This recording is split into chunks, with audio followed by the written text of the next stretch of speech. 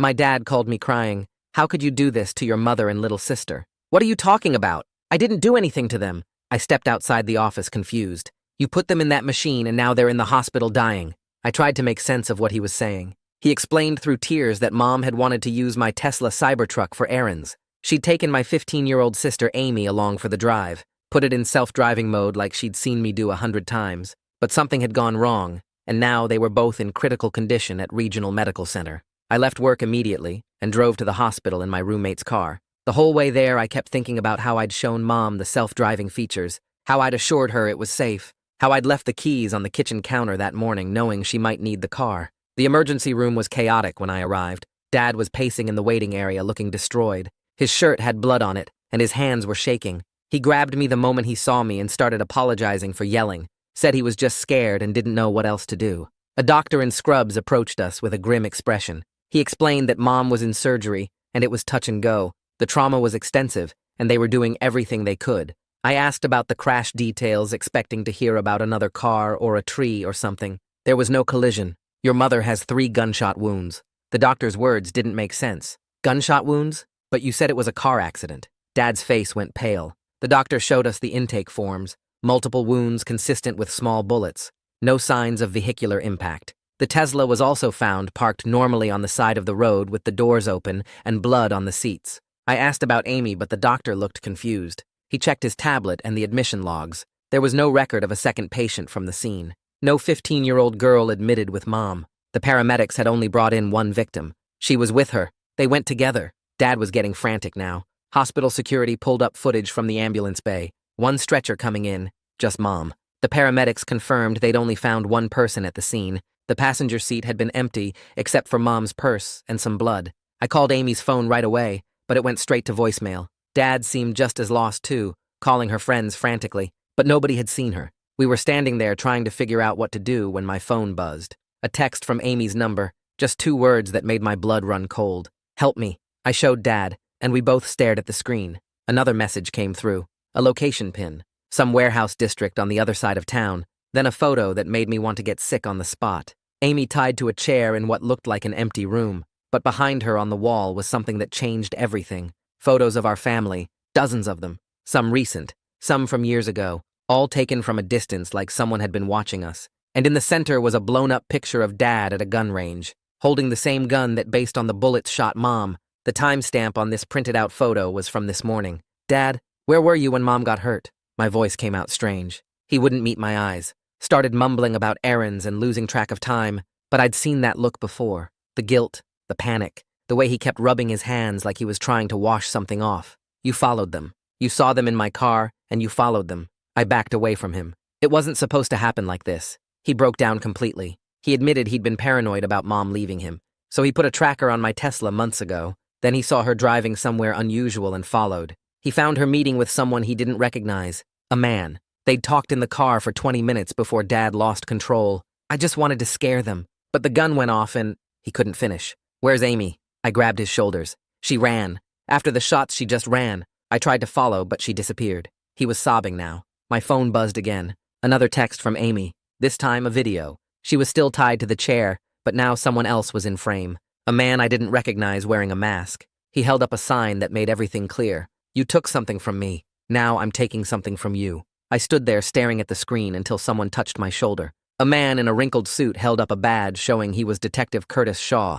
He looked maybe 40 with bags under his eyes like he hadn't slept in days. He asked if we could talk somewhere private and led Dad and me down a hallway away from the busy emergency area. We ended up in a small consultation room with a table and a few chairs. Shaw closed the door and immediately put his hand out for our phones. He said they were evidence now and we couldn't keep using them. Dad handed his over right away, but I hesitated because that was my only way to hear from Amy. Shaw explained that whoever took her could be tracking our phones or listening to our calls. He gave us both temporary phones from a bag he carried and said his tech people would monitor everything that came through. The new phone felt weird in my hand like it didn't belong to me. Shaw sat down across from us and pulled out a notebook. He said they were treating this as 2 separate crimes that might be connected. Mom's shooting was attempted murder, and Amy's disappearance was kidnapping. That meant different teams working different angles but sharing information. He asked detailed questions about my Tesla and whether it had any tracking features or cameras. I explained the whole Sentry Mode system and how it recorded everything around the car when it was parked. Shaw's expression changed slightly, and he asked if I'd ever posted anything online about the car or our family. I felt my stomach drop because I knew where this was going. I admitted I'd made some posts in a Tesla owners group a few months back. Nothing major, just showing off some features and talking about the technology. Shaw asked specifically about surveillance footage, and I told him about the video of someone stealing packages in our neighborhood. The Sentry Mode had caught this person in a hoodie, taking stuff from porches, including ours. I'd posted it to warn other owners, and maybe help identify the thief. Shaw's jaw tightened, and he asked me to write down every social media account I had, every forum where I'd shared content about the car or our family, every place someone could have learned about us. I grabbed the pen he offered and started making a list while my hand shook. Facebook, Instagram, the Tesla forum, a local neighborhood watch group. Each one felt like another way I'd exposed my family to danger. A woman in surgical scrubs pushed through the door before I finished writing. She had bloodstains on her clothes and looked exhausted. She introduced herself as Valentina Marsh and said she'd just finished operating on Mom. Dad jumped up, asking if she was okay. Valentina said Mom survived the surgery, but it was touch and go for a while. She'd lost a huge amount of blood, and they'd had to work fast to stop the bleeding. 3 bullets hit her torso in different spots. One of them nicked her spine, which was the biggest concern now. Even if Mom woke up, there could be serious problems with movement. Maybe permanent paralysis in her legs, or worse, depending on how much damage the bullet caused. Valentina said they wouldn't know the full extent until Mom was stable enough for more tests. Dad made this horrible sound like someone punched him in the gut. He started crying and saying he only wanted to scare them. He never meant for the gun to actually fire. He kept repeating that he just wanted Mom to stop and talk to him. Shaw looked at 2 uniformed officers standing near the door and gave them some kind of signal. They moved closer to Dad while I sat there feeling absolutely nothing toward him. No sympathy, no sadness, just disgust that this was the man who raised me, the man who taught me to ride a bike and helped with homework. Now he was someone who shot my mother and put my sister in danger. I couldn't even look at him anymore. The temporary phone in my pocket buzzed, and everyone in the room went quiet. I pulled it out with shaking hands. Another message from Amy's number. Just 2 words this time. Tick-tock. Shaw moved fast, taking the phone from me and making calls to his tech team. He talked in low voices about tracing signals and cell towers. Then he turned back to me and explained that kidnappers usually bounce their signals through multiple towers to avoid being tracked. It could take time to narrow down a location, maybe hours, maybe longer. I asked what we were supposed to do while Amy was out there scared and alone. Shaw said the best thing was to let his people work and not do anything that might spook whoever took her. Shaw told one of the officers to take me to a different waiting area while he talked to Dad alone. I didn't want to leave, but I also didn't want to be in the same room as Dad anymore. The officer led me down another hallway to a smaller waiting room with better chairs and a coffee machine. Through a window, I could see into the consultation room where Shaw sat across from Dad. Dad was gesturing with his hands and crying. His mouth moved fast like he was explaining or making excuses. Shaw just sat there taking notes and occasionally asking questions I couldn't hear. I watched them for a while, trying to understand how we got here, how my family fell apart in less than a day. About an hour passed before Shaw came out to find me. He sat down in the chair next to mine and said Dad was being held for questioning. They'd probably arrest him officially soon on multiple charges. Attempted murder was the big one, but there was also felony stalking and maybe other stuff depending on what else they found. Shaw pulled out his own phone and showed me screenshots, pictures of an app on Dad's phone that tracked locations. My Tesla's location history going back 6 months, every place Mom drove, every stop she made, every time she went somewhere Dad didn't know about. The invasion of privacy made me feel sick. Shaw swiped through more screenshots showing dates and times and addresses. One address kept coming up over and over. Shaw said it was a family law office downtown. Mom had been there 3 times in the past month, always during Dad's work hours when he wouldn't notice she was gone. Shaw looked at me with tired eyes and said this probably meant Mom was planning to leave Dad. She was meeting with a divorce lawyer, getting her options, making plans to get out. That's what triggered Dad's paranoia into something violent. He saw her meeting with someone he didn't recognize and assumed the worst. Shaw explained this was really common in domestic violence situations. The most dangerous time for victims is when they try to leave. That's when abusers lose control completely and things escalate fast. My stomach twisted as the pieces fell into place. The man Mom met wasn't some affair. It was a lawyer helping her escape Dad's control. Shaw watched my face change and nodded once. He explained that victims leaving abusive relationships face the highest danger during that exit period. Statistics showed most domestic violence murders happen when someone tries to get out.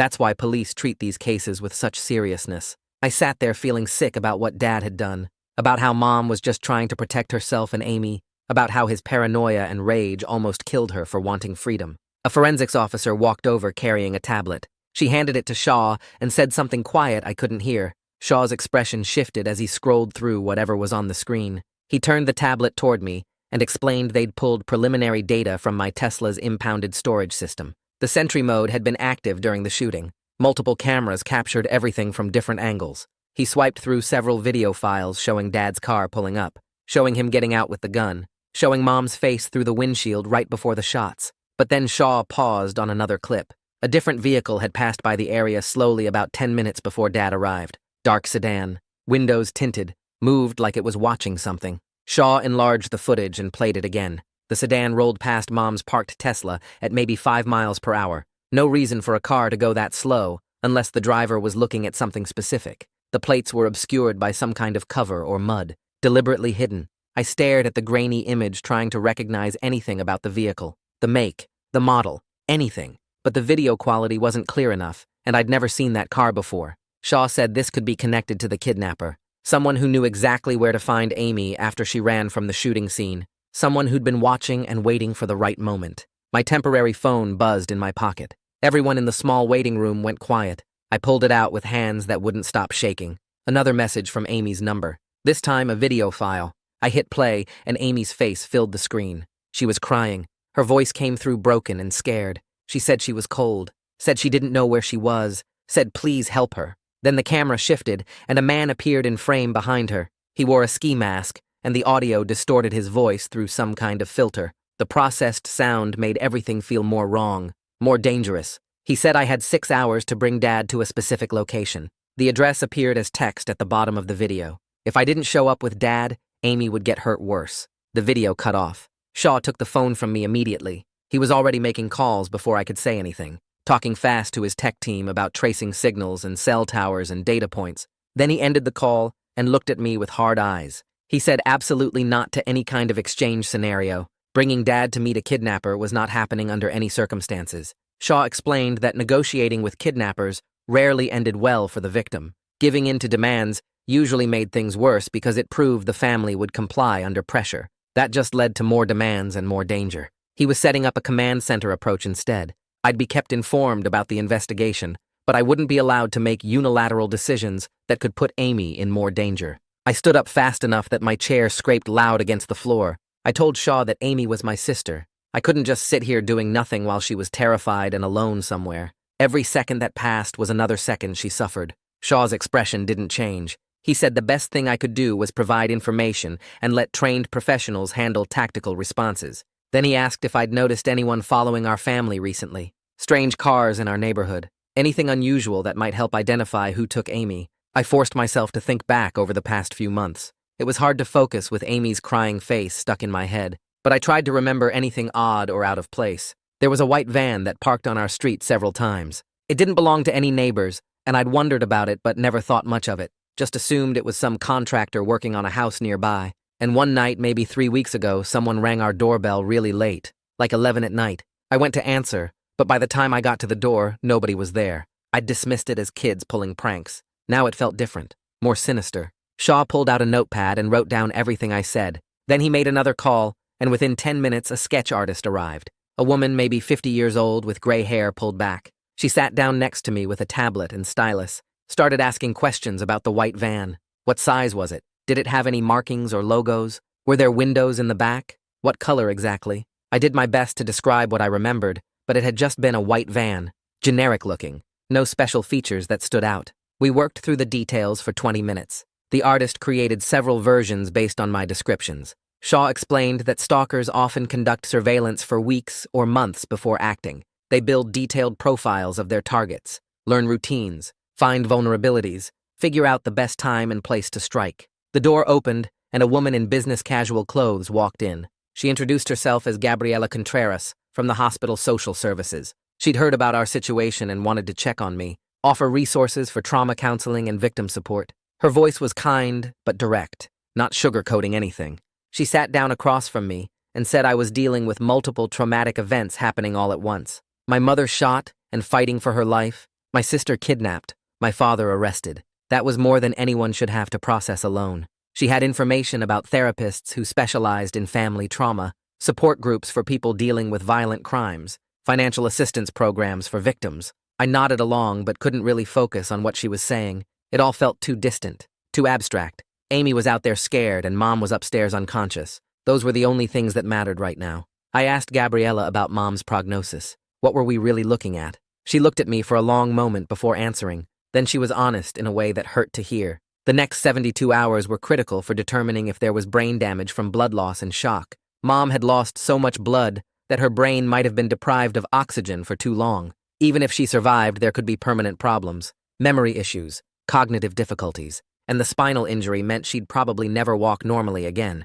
Months of rehab lay ahead if she made it through, maybe years. Her previous physical abilities were likely gone forever. Gabriella's words settled over me like weight. Everything was broken. My family was shattered into pieces, and I had no idea how to put any of it back together. Shaw's phone rang, and he stepped into the hallway to take the call. I sat there with Gabriella watching him through the glass window. His face changed while he listened. Got harder somehow, more focused. He came back 5 minutes later and sat down across from me. The warehouse location from that first text was empty. Officers found nothing except a burner phone taped under a table in the corner. No Amy, no signs anyone had been there recently. Just that phone sitting there waiting to waste our time. The kidnapper knew we'd call police, knew we'd send people to check, set up the whole thing as a fake lead to keep us running in circles. I felt something break inside me hearing that. Not anger exactly, more like watching my last bit of hope drain away. Shaw explained this meant we weren't dealing with some random person who grabbed Amy on impulse. This was someone organized, someone who planned everything carefully.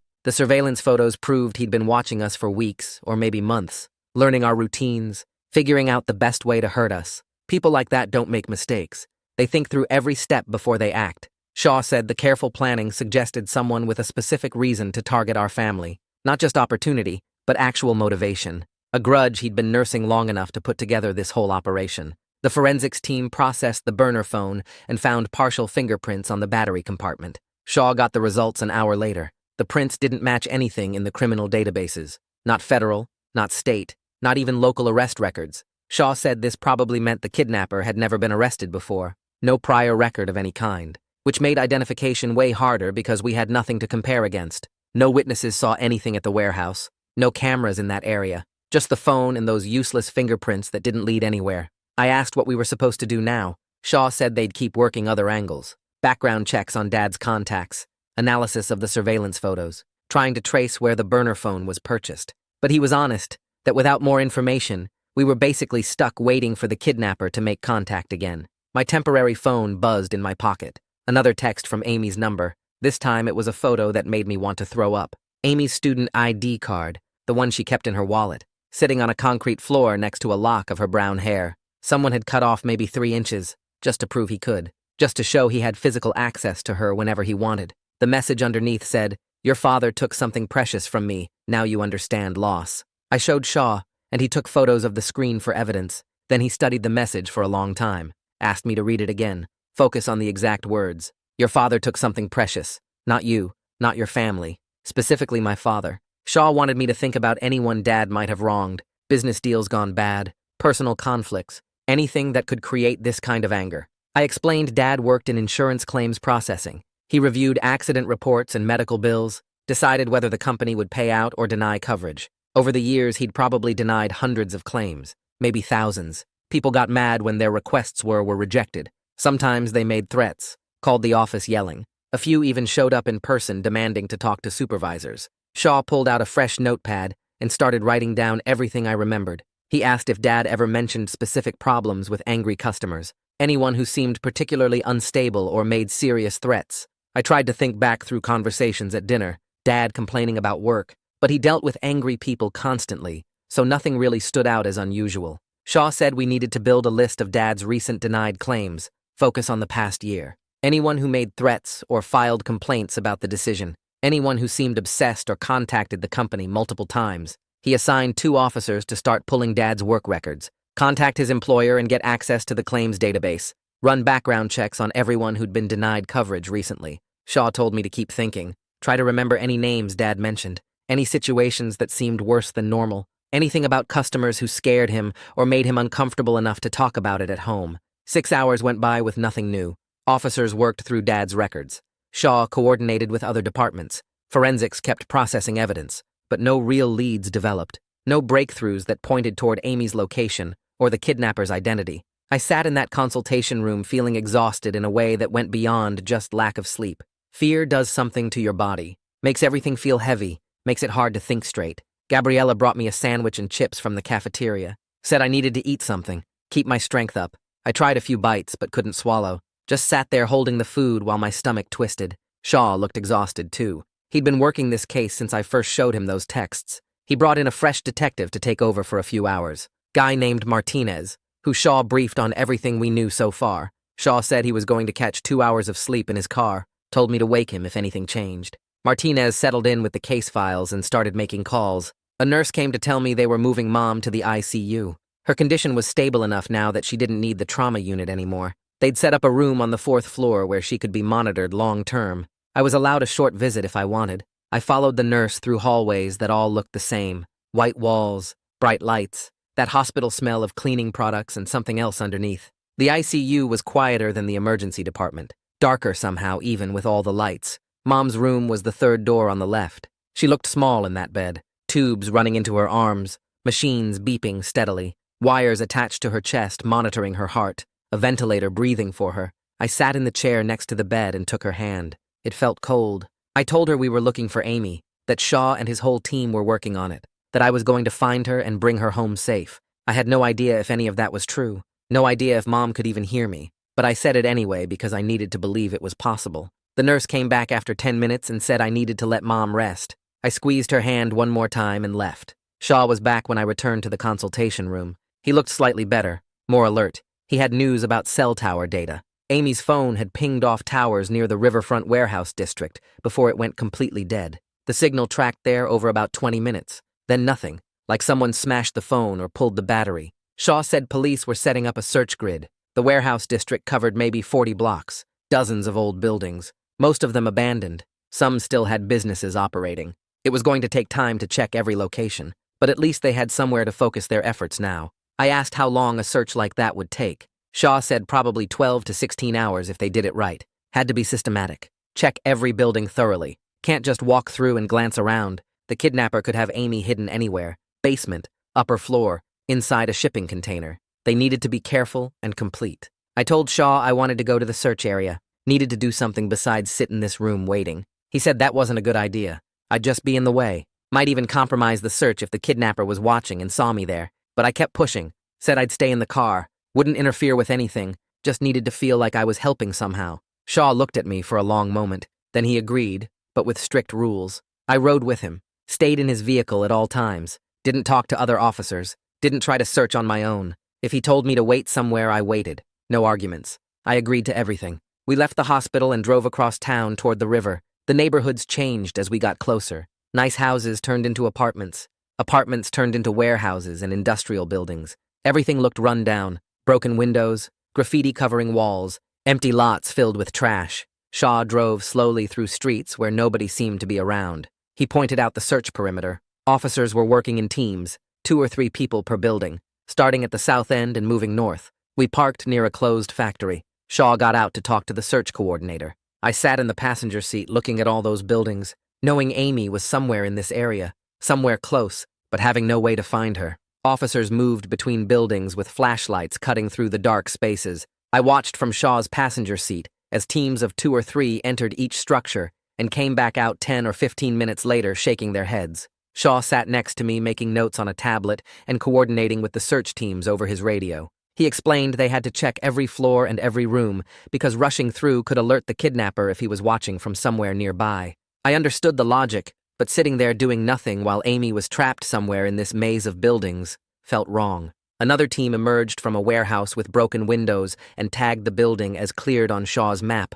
The process was slow and careful, and every minute that passed made my chest feel tighter. Shaw's radio crackled with updates from different teams reporting empty buildings or signs of recent homeless activity, but nothing connected to Amy. I asked how many buildings were left, and Shaw showed me the map with maybe 30 structures still unmarked. At this rate, it would take all night and into tomorrow morning to finish the search. A van pulled up near us, and two officers got out with a German Shepherd on a lead. Shaw explained the K9 unit would try to track Amy's scent from the dumped phone location to see if they could narrow down where she'd been taken. We drove 3 blocks to where officers had found the burner phone under that table. The dog handler let the Shepherd smell a piece of Amy's clothing that Dad had provided from home, and then released the lead to let the dog work. The German Shepherd moved in circles around the phone location and then picked up a trail heading east toward the river. We followed in Shaw's car while the handler jogged behind the dog through empty streets and past chain-link fences. The Shepherd led us to a loading dock behind an old factory building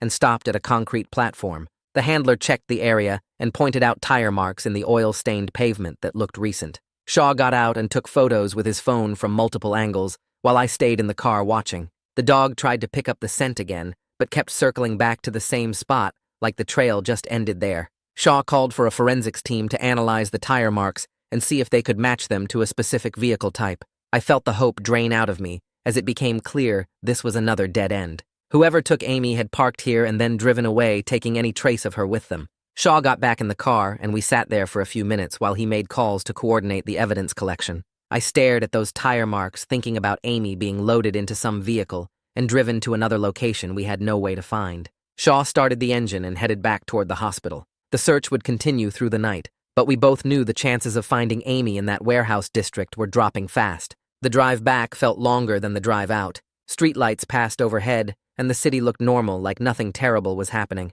Shaw's radio stayed mostly quiet, except for occasional check-ins from the search teams still working through buildings. We pulled into the hospital parking garage around 9 at night, and I realized I hadn't eaten anything since breakfast. Shaw walked with me back to the consultation room where we'd spent most of the day. Gabriella was waiting there with paperwork and a tired expression. She told us Dad had been formally arrested a few hours ago and transferred to county jail for processing. The charges were serious enough that he wouldn't be getting out on bail anytime soon. She mentioned he'd been asking to see me, but Shaw cut in and said that wasn't a good idea right now. He explained any contact between us could complicate the investigation or mess up my emotional state when I needed to stay focused on finding Amy. Gabriella agreed and said I shouldn't feel pressured to see Dad or talk to him just because he was asking. I told them both I had no interest in seeing him anyway. The thought of looking at Dad after what he did to Mom and what his actions led to with Amy made me feel sick. Shaw nodded and said that was a healthy boundary, and I shouldn't feel guilty about protecting myself from more pain.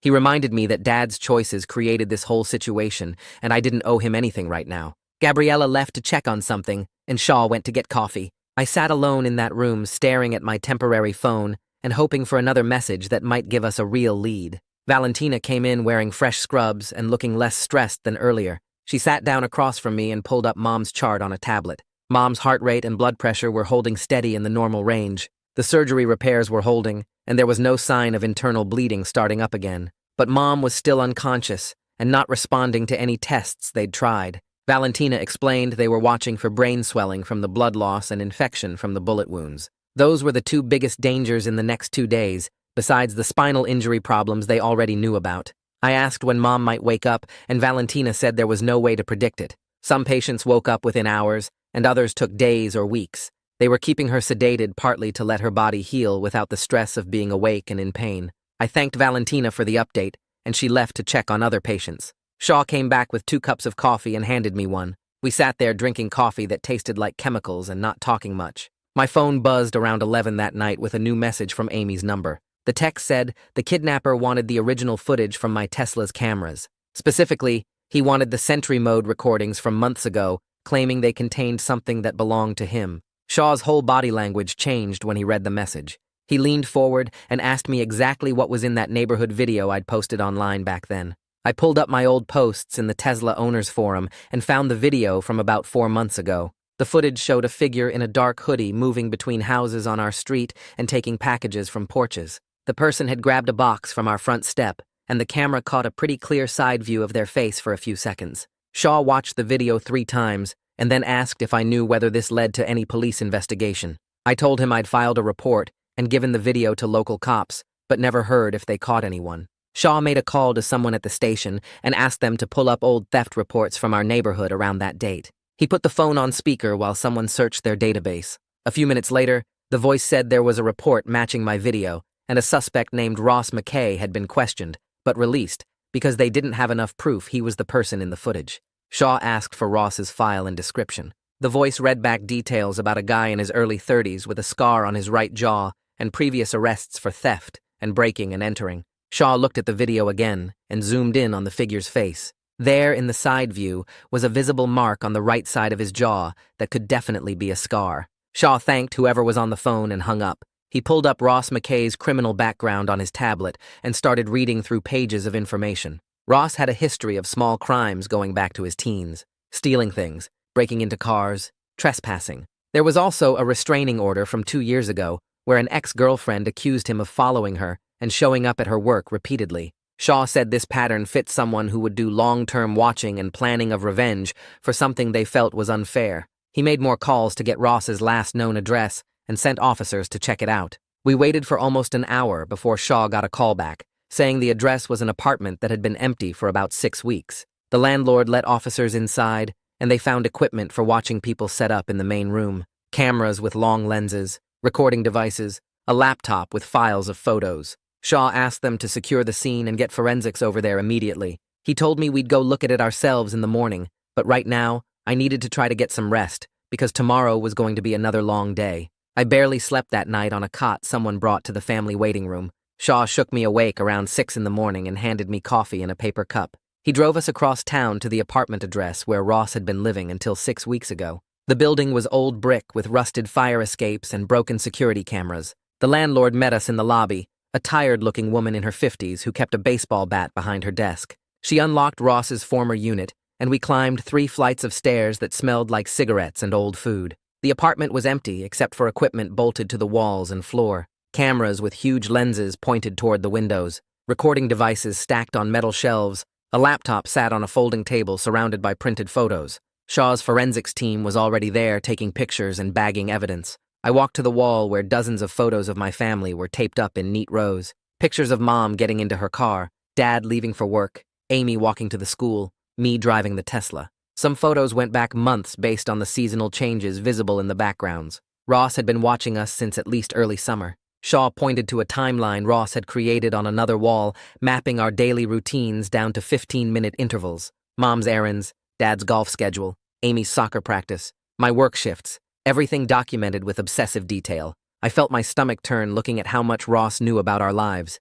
Shaw put a hand on my shoulder and said this level of surveillance wasn't my fault, that Ross was clearly unstable and would have fixated on someone eventually. But I knew posting that video had put a target on us. I'd made us visible to someone dangerous, and now Mom was dying and Amy was terrified somewhere. The landlord came in, and Shaw asked about Ross's forwarding address. She pulled out a rental agreement showing a P.O. box in the next county. Shaw sent officers to check it immediately. The landlord mentioned Ross always drove a dark sedan, maybe a Nissan or Honda, and paid rent in cash every month. Shaw showed her the Tesla footage from the morning of the shooting. She confirmed the sedan in the video looked like Ross's car. Shaw got on his radio and put out an APB with Ross's description and the vehicle information. Then he turned to me and said, finding Ross could take days or even weeks since he clearly planned this and knew how to avoid detection. I couldn't accept waiting weeks while Amy suffered in some unknown location. I asked Shaw what would happen if I just gave Ross the original footage he wanted. Shaw sat down on a folding chair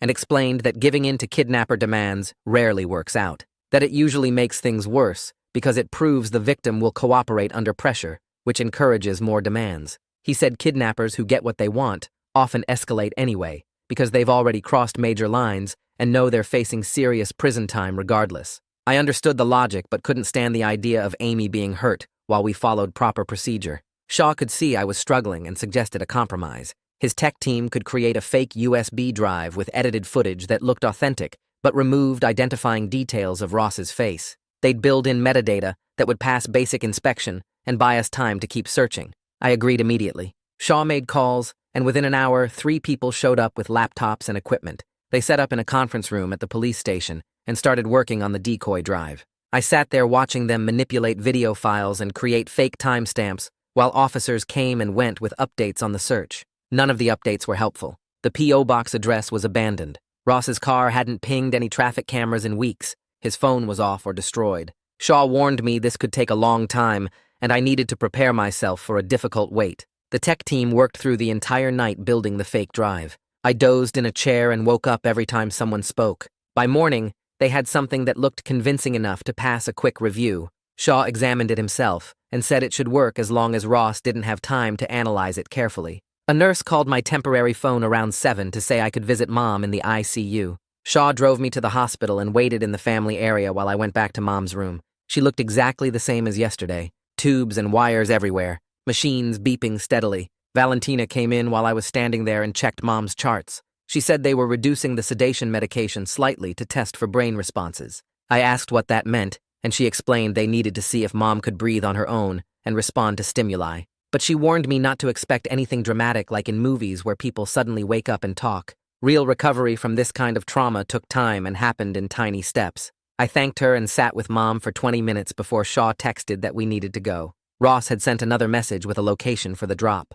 An overpass on the highway about 15 miles from the hospital. Shaw said we had 2 hours to get there. Back at the station, Shaw's team fitted me with a wire taped to my chest under my shirt. They gave me the fake USB drive in a plastic case and went over the instructions 3 times. Hand over the drive. Ask where Amy is. Leave immediately without trying anything heroic. Shaw emphasized that last part repeatedly. Officers would be positioned around the area, but I needed to stay calm and follow the plan exactly. We drove to the overpass in 3 separate vehicles. Shaw parked 2 blocks away where he could monitor everything through binoculars. Other officers spread out in different positions, all wearing regular clothes so they wouldn't be obvious. I walked onto the overpass alone just as the sun was coming up. The highway below was empty, except for a few early morning trucks. I stood there holding the USB drive and trying not to shake. Ross appeared from behind a concrete pillar wearing a black mask and dark hoodie. He was limping slightly on his right side like something hurt. He moved fast and grabbed the drive from my hand before I could say anything. Then he pulled out a laptop from a backpack and sat down right there on the ground. My heart was pounding, so hard I thought the wire would pick it up. Ross plugged in the drive and started clicking through files while I stood frozen watching him. Shaw's voice crackled in my hidden earpiece telling me to stay calm. 2 minutes passed, then Ross's whole body went rigid. He looked up at me, and I could see his eyes through the mask holes. They were cold and angry. He stood up slowly and said, I was still trying to cheat him, that I hadn't learned anything about consequences. He pulled out a phone and held it toward me. The screen showed live video of Amy sitting in what looked like the back of a van. I realized he'd been moving her between locations this whole time, so we couldn't track her down. I started begging Ross to tell me what he really wanted. I said I'd trade places with Amy right now if he'd let her go. Shaw's voice in my ear told me to stick to the script, but I couldn't help it. Ross laughed and it sounded bitter and broken. He said I took away his freedom and reputation with that video, that the police had questioned him for hours, and his family stopped talking to him, and he lost his job. Now he was taking away everything I loved, so I'd understand how it felt to lose what mattered most. Shaw's voice crackled in my ear, telling me to keep him talking while they worked on finding the signal. I forced myself to look at Ross and asked why he went after my whole family instead of just me. Ross shifted his weight, and the laptop screen reflected in his mask as he stared at me. He said he was just going to rob some houses that night back in September. Normal stuff he'd done before without problems. But then my Tesla caught him on camera, and I posted that video online for everyone to see. The police came to his apartment and questioned him for 6 hours, even though they couldn't prove anything. His boss saw the video and fired him anyway. His girlfriend left because she didn't want to date someone the cops were watching. He said the video ruined his life even without an arrest. So he started watching me back to see what other cameras I had. He wanted to know if I was still recording him or tracking him somehow. But then he got interested in all of us. He learned our schedules and routines. He saw where we went and who we talked to. He said it felt good to know everything about the family that destroyed his life while we had no idea he existed. I asked why he sent those messages to Dad about Mom cheating. Ross laughed and said he needed us fighting each other instead of paying attention to him. He'd been planning to grab me originally, but then Dad shot Mom and created perfect chaos. Amy ran right past his van, and he just opened the door and pulled her inside. Nobody even saw it happen because everyone was focused on the shooting. He said Dad made everything easier by being paranoid and violent. The surveillance showed him exactly how to manipulate our family into destroying itself. Shaw's voice came through again, saying they almost had the location. I needed 30 more seconds. But Ross's phone buzzed and he looked down at it. His whole body went stiff. He dropped the laptop and started running toward a white van parked near the overpass support. I heard tires squealing from 3 different directions. Police cars came from everywhere with lights flashing. 2 officers jumped out and tackled Ross before he made it 5 steps. He went down hard on the concrete, and they pinned his arms behind his back. I heard screaming from inside the van. Amy's voice. She was alive and aware enough to know something was happening. I ran toward the van as more officers surrounded it. One of them pulled the back doors open, and I saw Amy tied to a metal chair bolted to the floor. Her face was dirty, and her clothes were wrinkled, but she was moving and breathing. Two officers climbed in and started cutting the zip ties around her wrists and ankles. The moment she was free, she tried to stand, but her legs gave out. I caught her as she fell forward out of the van. She grabbed onto my shirt and started crying so hard her whole body shook. I held her tight while Shaw walked over with Ross in handcuffs. He read Ross his rights, while Ross stared at the ground and said nothing. The whole scene felt wrong somehow, like it was happening to someone else and I was just watching. Amy kept saying she was sorry over and over. I told her she didn't do anything wrong, but she wouldn't stop apologizing. Paramedics arrived and tried to check her, but she wouldn't let go of me. Finally, one of them knelt down next to us and talked to Amy in a calm voice. She said they just needed to make sure Amy wasn't hurt, that we could go to the hospital together. Amy loosened her grip enough for them to look her over. They checked her eyes and her pulse and asked her questions about pain. She said her wrists hurt from the ties and she was really thirsty. They gave her water and she drank the whole bottle in about 10 seconds. The paramedic said Amy needed hospital evaluation for dehydration and shock, but didn't see any serious injuries. They brought a stretcher, but Amy refused to get on it. She held my hand and walked to the ambulance instead. I climbed in with her and sat on the bench while they got her settled. Shaw leaned in before they closed the doors and said he'd meet us at the hospital. The ambulance pulled away, and I watched through the back window as officers loaded Ross into a police car. Amy squeezed my hand and asked about Mom. I didn't know what to tell her. The paramedic was adjusting an IV line and pretending not to listen. I said Mom was at the hospital and we'd see her soon. Amy asked if Mom was okay, and I had to tell her the truth, that Mom got hurt really bad, that the doctors were doing everything they could. Amy started crying again and asked if it was her fault. I said no, none of this was her fault. Dad did something terrible and Ross did something terrible, but Amy didn't do anything wrong. She leaned against me and closed her eyes. The ambulance ride took 20 minutes back to Regional Medical Center, the same emergency entrance where this whole nightmare started 36 hours ago. They wheeled Amy inside and got her into a room right away. Shaw showed up 10 minutes later with a notebook. He sat down and asked Amy gentle questions about what happened. She described being grabbed near the shooting scene, being moved between different places, a warehouse, a storage unit, the van. Ross gave her protein bars and water, but not much. He made her record those videos and took pictures of her, but she said he never hit her or touched her in bad ways beyond tying her up. Shaw wrote everything down and told her she was really brave. A nurse came in to check Amy's vital signs and start fluids through the IV.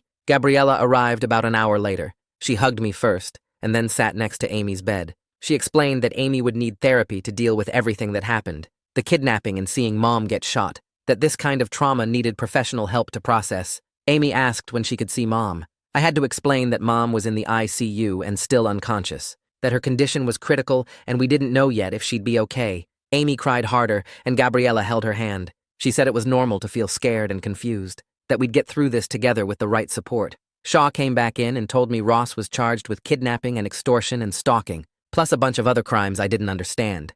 He said the evidence was really strong, the surveillance equipment, the videos, everything Ross said on the wire I was wearing. Shaw said Ross would probably go to prison for decades. I asked if this changed anything for Dad. Shaw's expression went flat. He said Dad's attorney had already called asking the same thing, but Dad still shot Mom. He still put the tracker on my car. He still created the chaos that let Ross grab Amy. Nothing about Ross being arrested changed what Dad did. Shaw said Dad was facing attempted murder charges, and those weren't going away. I sat there staring at Shaw and felt something break inside me. Everything that happened in the last 2 days hit me all at once, and I couldn't hold it together anymore. My hands started shaking and I couldn't catch my breath right. Gabriella noticed and moved her chair closer to mine. She put a hand on my shoulder and told Shaw maybe he should give us a few minutes. Shaw nodded and left the room quietly. I tried to apologize for falling apart, but Gabriella stopped me. She said what I was feeling made complete sense after everything that happened. The guilt about the car, the anger at Dad, the relief that Amy was safe, the fear about Mom dying. She told me all those feelings were normal responses to really bad trauma, that I didn't need to apologize for being human. We sat there for maybe 20 minutes while I cried, and she just stayed next to me. She didn't try to fix anything or make me feel better with empty words, just validated that this was hard, and I was allowed to feel destroyed by it. The hospital released Amy the next afternoon after doctors finished checking her over. They gave me a stack of papers with names of therapists who worked with kidnapping victims and PTSD. Amy held onto my arm the whole time we were doing discharge paperwork. Shaw met us in the lobby and said our house was still blocked off as a crime scene. He'd arranged for us to stay at a hotel near the hospital until the police finished processing everything. Amy asked if we had to go back there eventually, and I could hear the fear in her voice. I told her we'd figure something else out, that we never had to go back to that house if she didn't want to. Shaw drove us to the hotel himself and helped carry in the bags of clothes and stuff hospital staff had collected for us. The room had 2 beds and a view of the parking lot. Amy immediately claimed the bed by the window and curled up under the covers. I sat on the other bed and stared at the wall, trying to figure out what came next. 3 days after the rescue, I went to see Mom in the ICU. Valentina was doing her rounds and stopped to talk to me outside Mom's room. She said they'd been testing for responses, and Mom had moved her fingers when they asked her to squeeze. She'd also turned her head slightly toward sounds a few times. I asked if that meant she was waking up, but Valentina's face stayed serious. She explained this was very early progress and didn't guarantee anything about final outcomes. The brain damage from blood loss could still be severe. The spinal injury might leave her unable to walk. They wouldn't know the full extent until Mom was actually conscious and could communicate. Valentina told me the road ahead would be really long with lots of setbacks, that I needed to prepare myself for the possibility Mom might never be the same person she was before. I went in and sat with Mom anyway, held her hand and talked to her about Amy being safe, about Ross being in jail. I told her she needed to keep fighting because we needed her. I called my boss and explained I needed to take unpaid leave to deal with everything. He was understanding, but I could hear the concern in his voice about how long I'd be gone. The financial stress started hitting me hard when I looked at the hospital bills and therapy costs piling up. Amy had appointments scheduled 3 times a week with a specialist. Mom's medical expenses were already in the hundreds of thousands. Gabriella called and asked how we were managing. I admitted I was drowning in paperwork and bills I couldn't pay. She connected me with victim assistance programs that could help cover immediate expenses, walked me through applications for emergency funds and medical payment plans. She also helped me coordinate the schedule between Mom's care needs and Amy's therapy appointments, set up a system for tracking all the police interviews and legal meetings we had coming up. I wrote everything in a notebook because I couldn't keep it all straight in my head anymore. Shaw contacted me about a week after the arrest. He said Ross's sister Nadia had reached out offering information about her brother. She wanted to help with the case and felt guilty her family hadn't done more to stop Ross's behavior earlier. Shaw met with her and learned Ross had stalked other people before us. A former co-worker he thought had gotten him fired, a neighbor who complained about his security cameras. Nadia said their family always made excuses for Ross and ignored the warning signs. She provided testimony about Ross's obsessive patterns and surveillance equipment he'd kept in their parents' basement years ago. Shaw told me this information made the case against Ross even stronger, showed he had a history of targeting people he felt wronged by. Our family was just his latest victims, in a pattern that went back years. 2 weeks after the shooting, the prosecutor called to tell me about Dad's bail hearing. I didn't attend, but Shaw filled me in afterward. The judge denied bail because Dad was considered a flight risk and a danger to our family. Shaw said Dad's lawyer had argued it was a crime of passion and Dad had no prior record. But the prosecutor showed evidence of the months of stalking with the tracker, the premeditated nature of following Mom that day. The prosecutor also argued Dad's actions directly led to Amy's kidnapping by creating the chaos Ross exploited. The judge agreed Dad needed to stay locked up until trial. I felt relief wash over me knowing he couldn't contact us or show up trying to apologize, but part of me also felt sad in a weird way, like I was grieving for the Dad I thought I had before all this happened. The person I believed he was turned out to be someone completely different and dangerous. Amy started going to therapy twice a week with a woman who specialized in kidnapping trauma. The first few sessions, she barely talked according to what the therapist told me afterward. But slowly, Amy began opening up about what happened. She had nightmares most nights and would wake up crying. I'd hear her from the other bed and go sit with her until she fell back asleep. Sometimes she'd want to talk about Ross or the warehouse. Other times she just wanted me to stay there so she wasn't alone. Her therapist told me Amy was showing good resilience for what she'd been through, said the quick rescue probably prevented worse long-term damage to her mental health, but she'd need ongoing support for months or maybe years to fully process everything. Amy asked me once if she'd ever feel normal again. I told her I didn't know, but we'd figure it out together.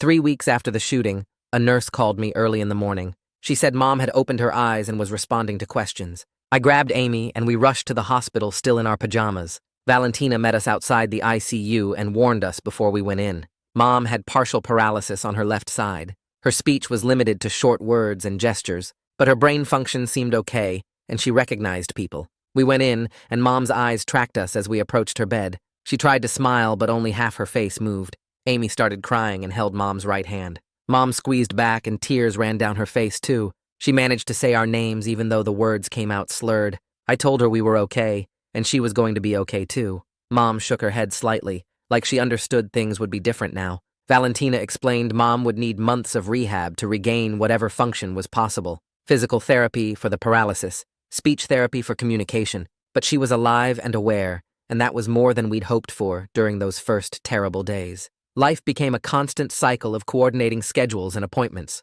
Mom's rehab sessions 3 times a week, Amy's therapy twice a week, my own counseling that Gabriella insisted I needed, plus meetings with the prosecutors building cases against both Dad and Ross.